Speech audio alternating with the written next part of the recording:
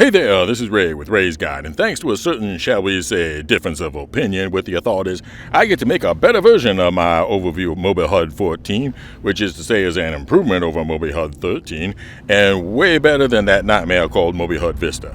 There's just a couple of things I missed from MobiHUD 13, and who knows, maybe we'll get lucky before MobiHUD 14 gets to a full release. So first, the general basics. We'll start around 8 o'clock position and move clockwise. These indicators cover your IFCS states, landing gear, and if applicable, your VTOL setting. Then inside the out, little vector indicating of your current motion, your current velocity from the current reference, including the speed limiter and whether or not the speed limiter is activated, your thruster level, and your boost capacitor status. Then up to the corner, a histogram of your EM and IR signatures and a self-status of your ship damage. Then across to the center top indicators, we got your current infrared, current ship cross-section, and electromagnetic signatures, and underneath those, I say, a heading indicator. And have we been waiting a while for that one? Now, even though we are near a planet, we are in space, and so the azimuth is to the solar reference and not the planetary pole, which is why it says, for example, 180 and not south. Then in the upper right-hand corner, we have the target status hologram, and then this weapons area, which will switch between your guns and your missiles, depending on what operator mode you're in. Then to the inside of this, the pitch indicator, which again, since we are in space, is the pitch to the solar plane, not the planetary surface. Then there's a G-force indicator, your fuel gauges, which frankly could use some percentages, or at least tick marks, your turret mode, and then your countermeasures.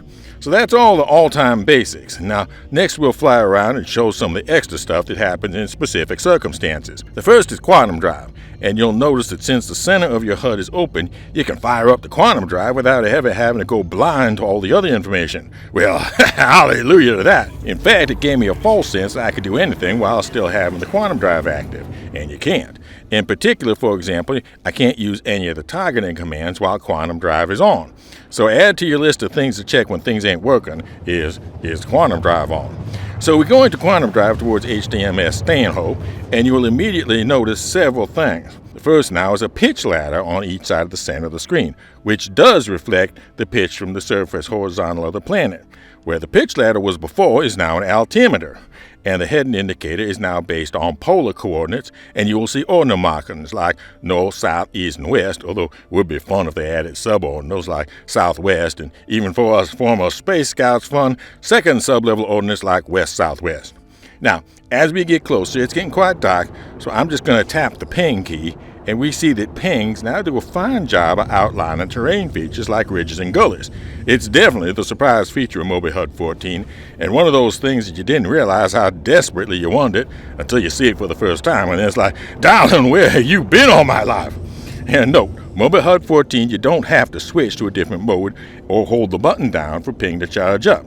Just tap the ping key and see. Now, when you get a little close to the ground, you'll see that the ping illumination only works at a certain distance. So now I'm going to land here, and I'm going to take out a Dragonfly and show you what I call targeted scanning. I call it targeted scanning because you are scanning the things that you are targeting. So brush up on your keys for targeting friendlies, hostiles, attackers, etc. Now, for this type of scan, you will have to use the scanning mode toggle key, which brings up this circle graph. On the left side, you see a signal versus noise comparison, with the signal being white and the noise being red.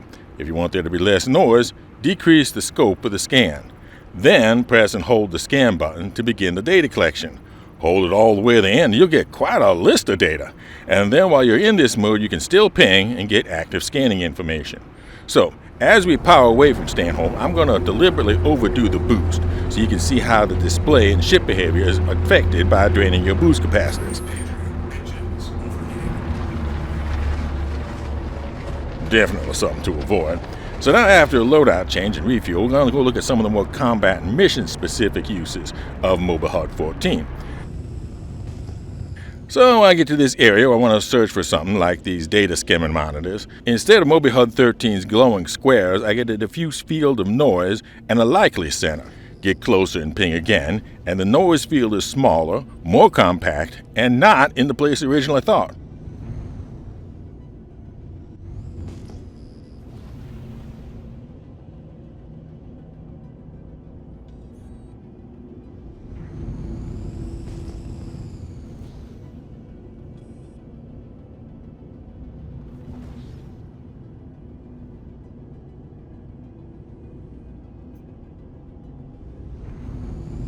Continue to get closer and the actual item is available with the constantly active passing scanner.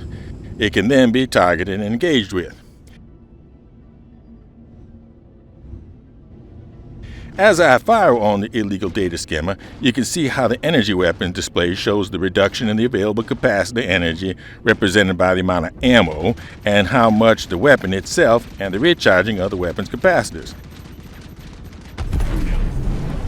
Now, another thing that has changed from MobiHUD 13 to MobiHUD 14 is that the auto turret ring is no longer here, which was initially very confusing.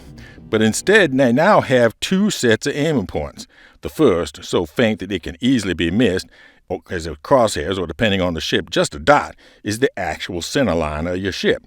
The larger, brighter crosshairs where your guns, either through auto convergence or Auto-Gimbal, are actually pointing. Then we get to the subject of missiles and MobiHUD 14's new missile operator mode, which allows easier sharing of duties on ships with a second seat, but on a single-seat craft requires you to pick between shooting guns and shooting missiles. Missile operator mode in MobiHUD 14 isn't easy 4 buttons to operate, 1 button to switch modes, 1 button to select which missile type to fire, 1 button to select how many to fire, and then 1 button to actually launch the missiles.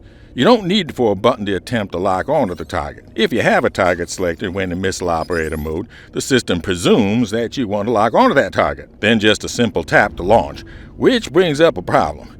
It is way too easy to accidentally dumbfire a missile while you were trying to do something else, which gives another meaning to dumbfire, as in, boy, were you dumb to fire that missile. Maybe they should go back to needing a long press or a double click.